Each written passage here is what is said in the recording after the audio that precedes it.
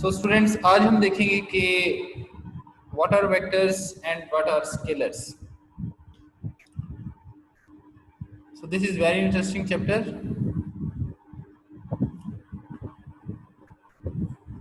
I am starting my lecture from an example. एक example से हम अपना काम शुरू करते हैं और फिर देखते हैं कि आगे किस तरीके से हमने मूव करना है. मिसाल लीजिएगा कि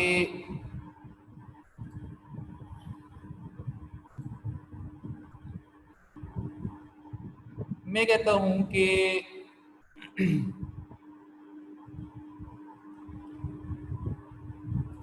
this is my work place.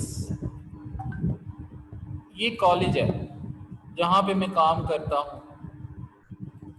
This is the college building. Okay, so this is the particular college building जहां पे मैं टीचिंग करता हूं. एंड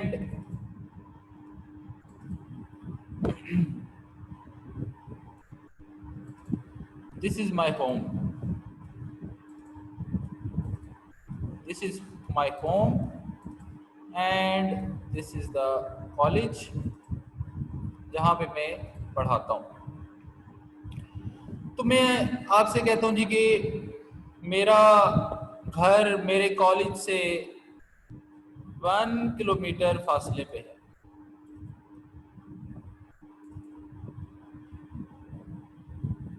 तो मैं आपसे कहता हूं कि मेरा घर जो है मेरे कॉलेज से 1 किलोमीटर दूर है.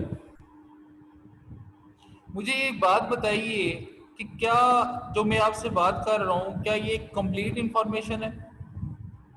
No, this is not a complete information. Why? क्योंकि आप नेक्स्ट सवाल करोगे कि सर आपका घर कॉलेज से दूर तो है 1 किलोमीटर, लेकिन ये किस साइड पे है? What is it's particular direction? ये तो हमें पता चल गया कि ठीक है जी 1 किलोमीटर दूर है, लेकिन आप कहोगे कि इसकी डायरेक्शन क्या है, किस साइड पे है? सो yet my information is not complete. अभी तक मेरी इंफॉर्मेशन कंप्लीट नहीं है.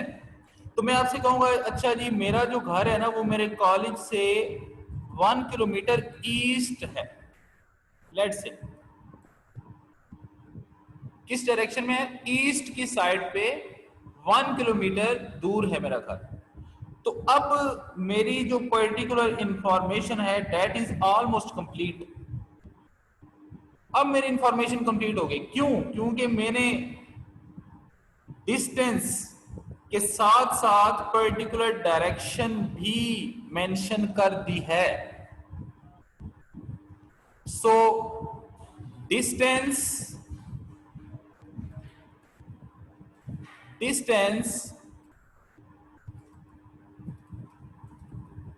Plus direction. डिस्टेंस भी बता दिया, डायरेक्शन भी बता दी. तो मेरी इंफॉर्मेशन अब कंप्लीट हो चुकी है. तो इन दोनों ने मिलके क्या बना दिया? डिस्टेंस और डायरेक्शन ने मिलके एक क्वांटिटी बना दी जिसको हम डिस्प्लेसमेंट कहते हैं. जिसे हम क्या नाम देंगे यहां पे? Displacement. And remember one thing, displacement is a vector quantity. Displacement क्या बन गया? वेक्टर. बिकॉज इसके अंदर मैंने डिस्टेंस भी मेंशन कर दिया और पर्टिकुलर डायरेक्शन भी मेंशन कर दी. जब डिस्टेंस भी आ गया, डायरेक्शन भी आ गया, तो इन दोनों ने मिलके क्या बना दिया यहां पे? इन दोनों ने मिलके हमारे लिए डिस्प्लेसमेंट बना दी. So physically there are some quantities जिनको डिस्क्राइब करने के लिए हमें मैग्नीट्यूड के साथ साथ डायरेक्शन भी बतानी पड़ती है. सो वो सारी क्वांटिटीज जिनके लिए magnitude as well as direction भी इंपॉर्टेंट है, उनको डिस्क्राइब करने के लिए उन सारी क्वांटिटीज को बेटा हम क्या नाम देंगे? Vector quantities. जैसे कि मैंने आपको अभी एग्जांपल दी डिस्प्लेसमेंट की, क्योंकि मेरी इंफॉर्मेशन इनकम्प्लीट थी, तो जब मैंने डायरेक्शन बता दी तो मेरी इंफॉर्मेशन अब कंप्लीट हो चुकी है। अब आपको समझ आ गई, हाँ जी अब सर ठीक कह रहे हैं। एक और मिसाल लीजिएगा, let's say this is a box, this is a box. मैं इसको 1 पोजीशन से उठा के 2 पोजीशन पे लाना चाह रहा हूं, ड्रैग करके इसको मैंने पुश करना है इस साइड से। तो अब इसलिए मुझे क्या करना पड़ेगा, यहां पे कोई ना कोई फोर्स लगानी पड़ेगी ना, तभी तो ये 1 पोजीशन से उठ के कहां पे आएगा, 2 पोजीशन पे आएगा ड्रैग होके। तो मैं क्या कर रहा हूं यहां पे, I have to apply some force. अगर मैं फोर्स लगाऊंगा तो ये 1 पोजीशन से उठ के ड्रैग होके 2 पोजीशन पे आ जाएगा। अब मुझे बताइए क्या फोर्स मैग्नीट्यूड रखती है? यस। मैं बोलूंगा कि मैं 2 न्यूटन लेट से फोर्स लगा रहा हूं, और क्या इस फोर्स के पास कोई ना कोई डायरेक्शन भी है? यस, डायरेक्शन भी है। मैं कह रहा हूं कि मैं ईस्ट की तरफ फोर्स लगा रहा हूं। तो मैंने क्या किया, आपको फोर्स का मैग्नीट्यूड भी बताया है, हुजम भी बताया है, एज वेल एज उसकी डायरेक्शन भी बताई है। मैग्नीट्यूड भी आ गया, डायरेक्शन भी आ गई। इन दोनों चीजों ने मिलके फोर्स को क्या बना दिया, फोर्स को एक वेक्टर बना दिया है।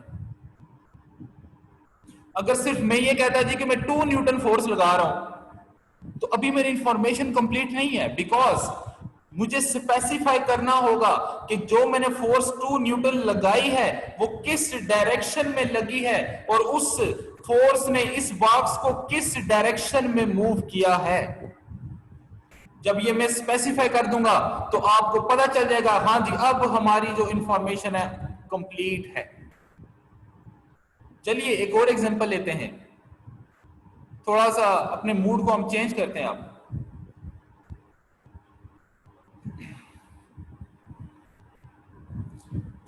लेट्स से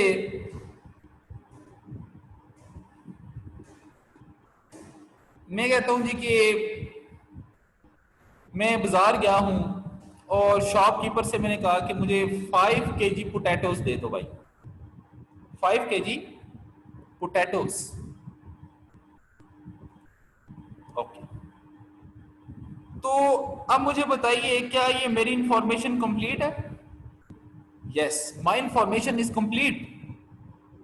अब मुझे कोई मजीद इसको डिस्क्राइब करने की जरूरत नहीं है कि जी 5 केजी अगर मेरे पास पोटैटोज हैं,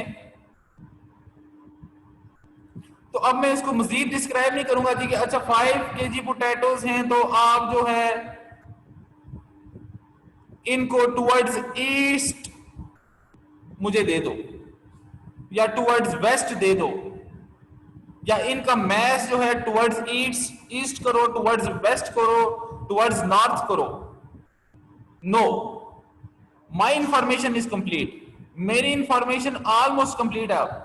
अब मुझे मजीद इसको डिस्क्राइब करने की जरूरत नहीं है। ऐसी क्वांटिटीज जिनमें सिर्फ और सिर्फ मैग्नीट्यूड इन्वॉल्व हो, डायरेक्शन की जरूरत ना हो, ऐसी क्वांटिटीज को बेटा हम क्या नाम देंगे, scalar quantities.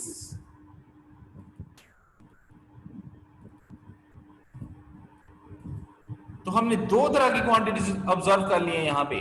First one is the vector quantities, जिनको डिस्क्राइब करने के लिए magnitude as well as direction भी चाहिए है, और स्केलर क्वांटिटीज जिनको डिस्क्राइब करने के लिए हमें सिर्फ और सिर्फ मैग्नीट्यूड चाहिए, उनको डायरेक्शन की जरूरत नहीं होती।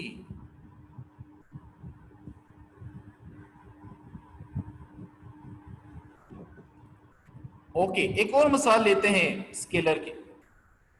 Let me take another example of scalar quantities.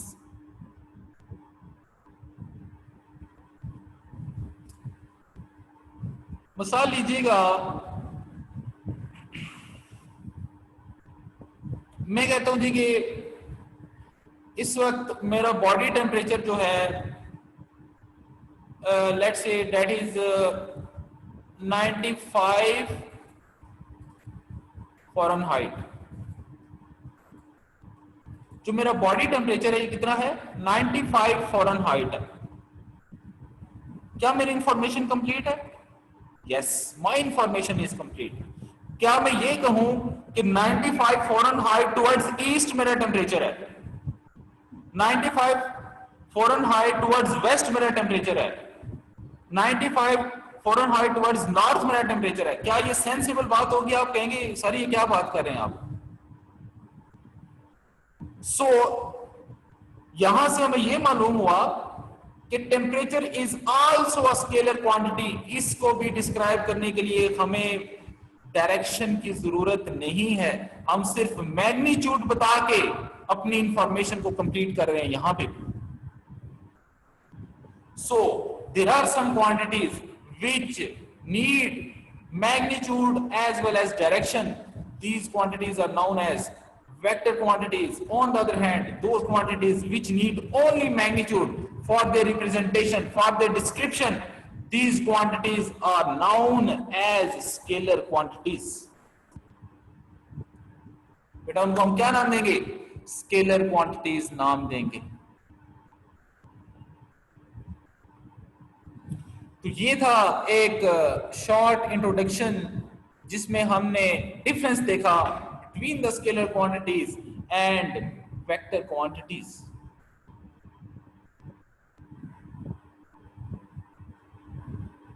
इसी तरीके से टाइम, मैं कहता हूं जी इस वक्त टाइम क्या हुआ है? 9:55। माई information is complete.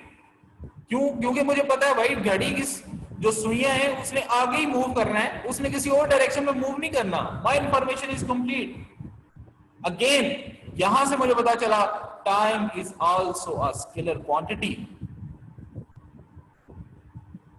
So in Chand examples के जरिए हमने सीखा कि किस तरीके से हम स्केलर और वेक्टर्स को एक दूसरे से अलग कर सकते हैं।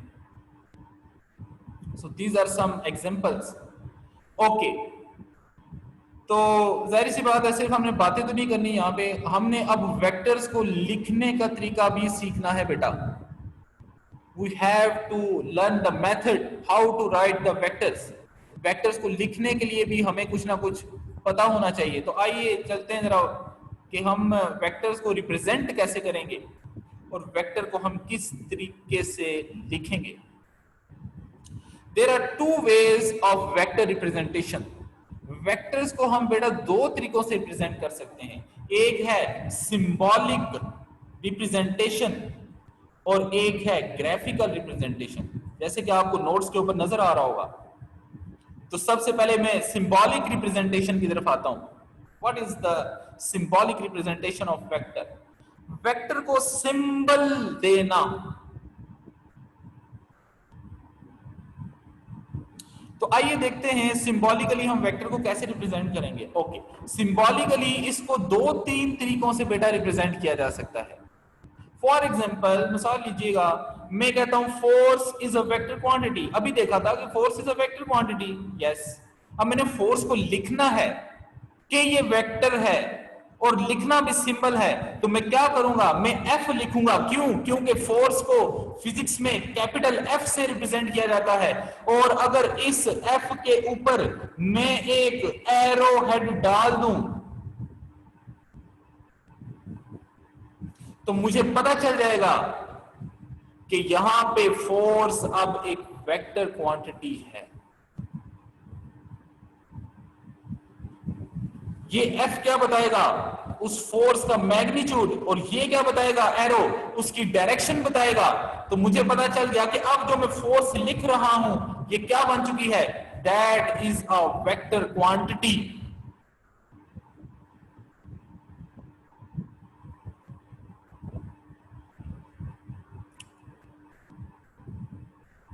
ओके बेटा, wait a second.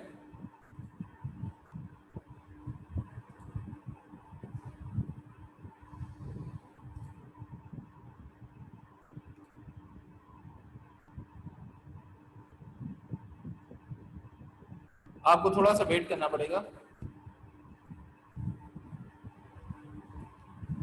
Okay, is that voice is clear now? अब आप मुझको सुन पा रहे हैं?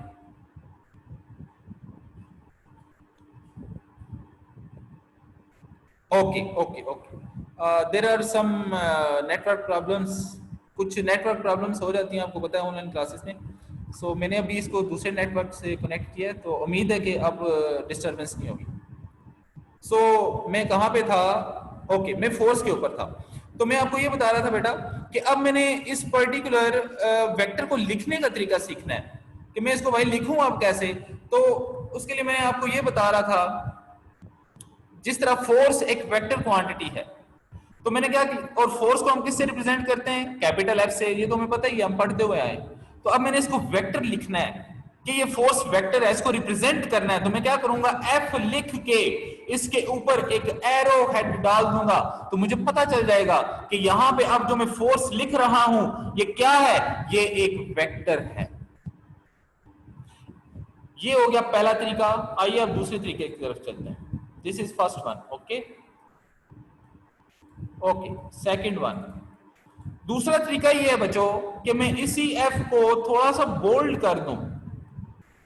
बोल्ड करने का मतलब यह है, इसको मैं थोड़ा सा ना ये हाईलाइट कर दूं, एफ को ये ऐसे गाढ़ा कर दूं।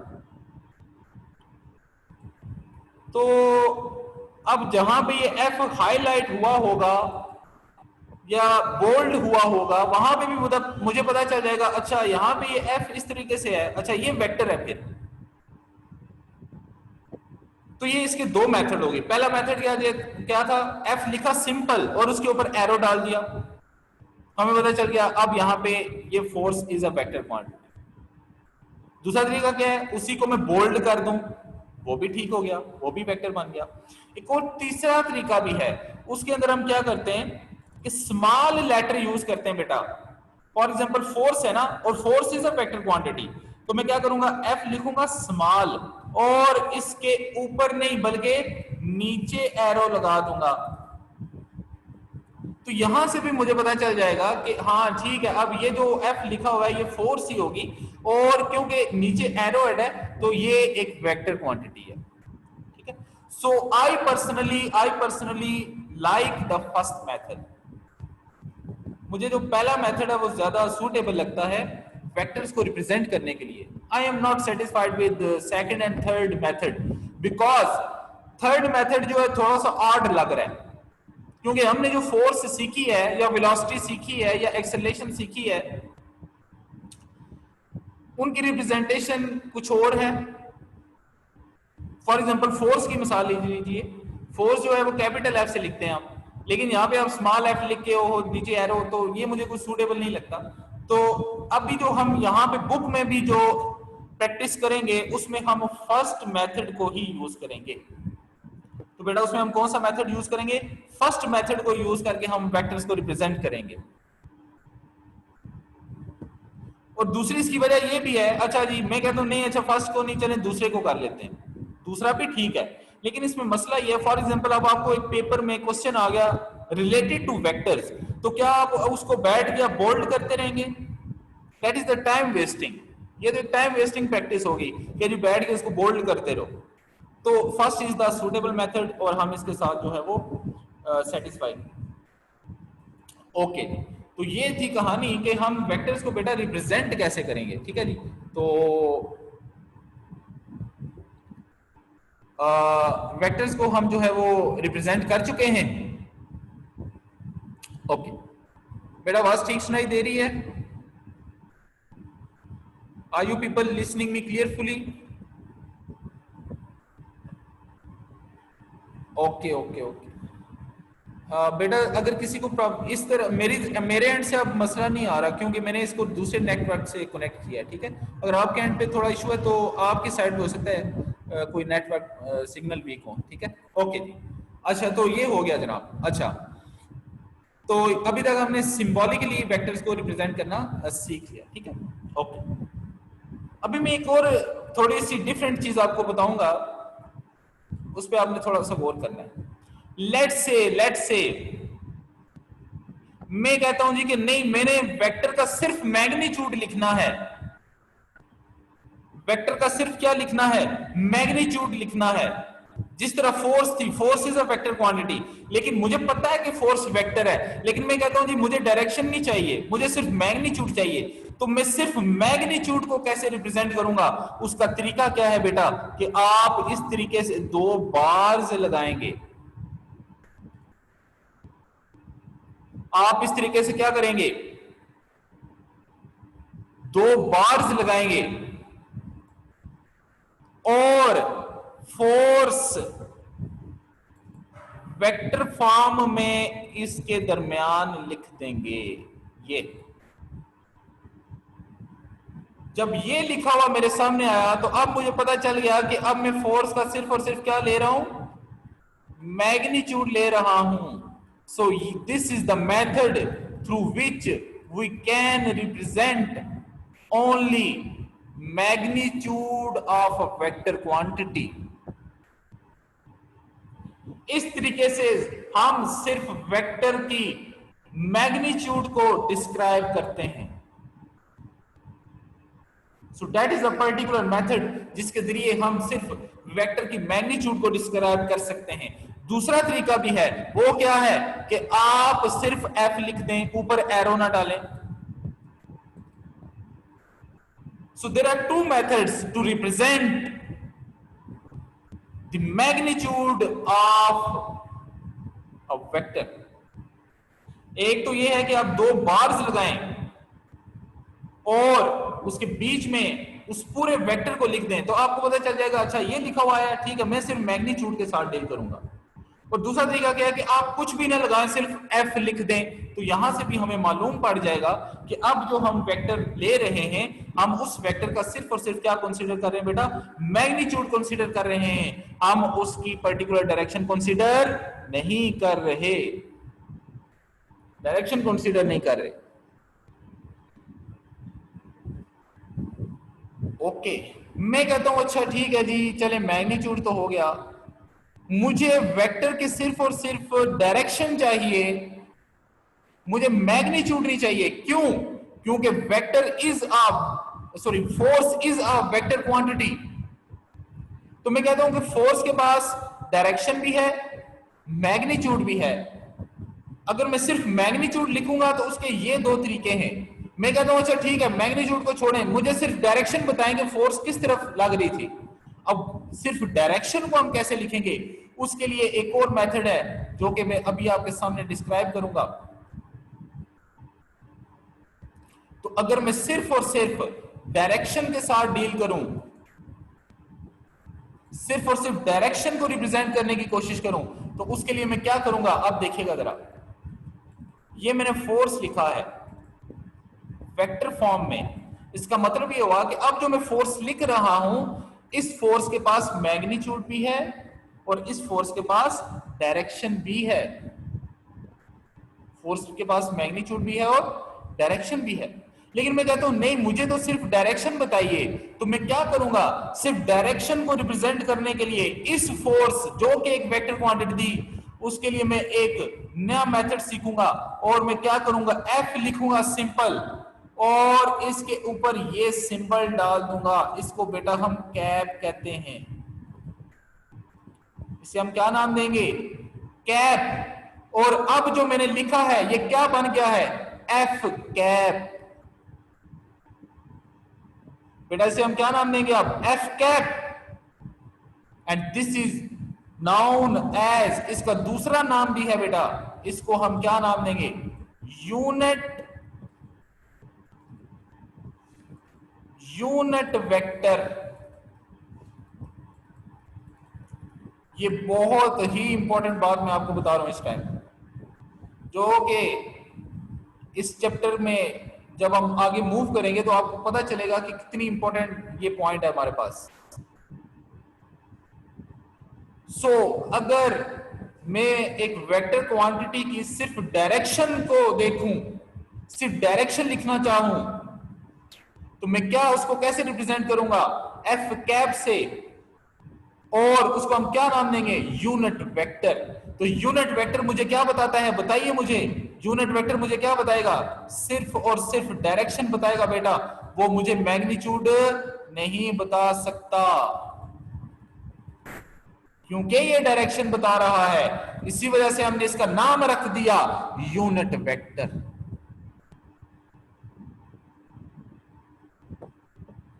सो यहां तक आपने 3 चीजें सीख ली हैं बेटा कि अगर हमने वेक्टर को रिप्रेजेंट करना हो तो हम क्या करेंगे, हम उसके ऊपर एक एरो डाल देंगे, तो जो मैं लिखूंगा वो मुझे बताएगा कि अब ये एक वेक्टर क्वांटिटी बन चुकी है, इसके पास मैग्नीट्यूड भी है, इसके पास डायरेक्शन भी है।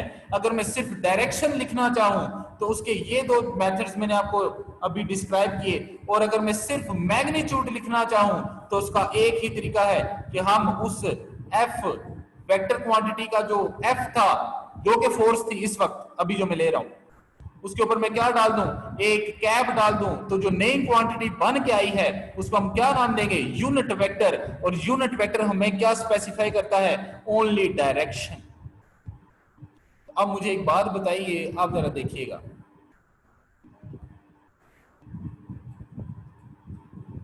आप जरा देखिएगा, ठीक हो गया।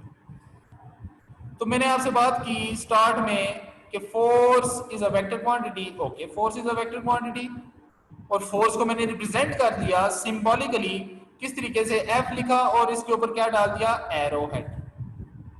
तो फोर्स एक वेक्टर क्वांटिटी बन गई, ठीक हो गया। अच्छा, अभी मैंने आपको बताया कि मैं सिर्फ और सिर्फ अगर फोर्स का मैग्नीट्यूड लिखूं, मैं सिर्फ और सिर्फ फोर्स का मैग्नीट्यूड लिखूं तो मैं कैसे लिखूंगा,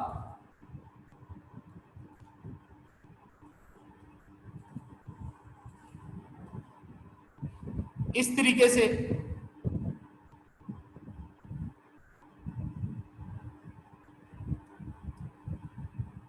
ओके, ये क्या बता रहा है, इसका, इस फोर्स का मैग्नीट्यूड बताएगा, और डायरेक्शन क्या बताएगा, एफ कैप यूनिट वेक्टर। ये टर्म मुझे क्या बता रही है, मैग्नीट्यूड किसका, इस फोर्स का, और ये क्या बता रही है, इसकी डायरेक्शन। मैग्नीट्यूड भी आ गया, डायरेक्शन भी आ गई, दोनों ने मिलके क्या बना दिया, F vector. This is very important equation, this is very important equation. तो आपने देखा कि वेक्टर को हम इस मेथड से भी लिख सकते हैं, और अगर इसको मैं तोड़ के लिखूं तो ये चीज क्या बताएगी, इसका मैग्नीट्यूड, और ये चीज इसकी क्या बताएगी, डायरेक्शन। ये मैग्नीट्यूड भी आ गया, ये डायरेक्शन भी आ गई, दोनों ने मिलकर क्या बना दिया, फोर्स को एक वेक्टर क्वांटिटी बना दिया है। सो आपने देखा कि किस तरीके से हम सिंबॉलिकली वेक्टर को रिप्रेजेंट कर सकते हैं। तो बेटा अभी तक मैं इसको यहां तक ही जो है वो रखूंगा। अभी तक हमने सिर्फ और सिर्फ जो है वो वेक्टर और स्केलर के अंदर डिफरेंस देखा है, और इसके बाद हमने सिंबॉलिकल मेथड के थ्रू वेक्टर को रिप्रेजेंट किया, ठीक है। तो मैं अभी जो है वो आपके क्वेश्चन आंसर्स लूंगा और फिर उसके बाद देखते हैं।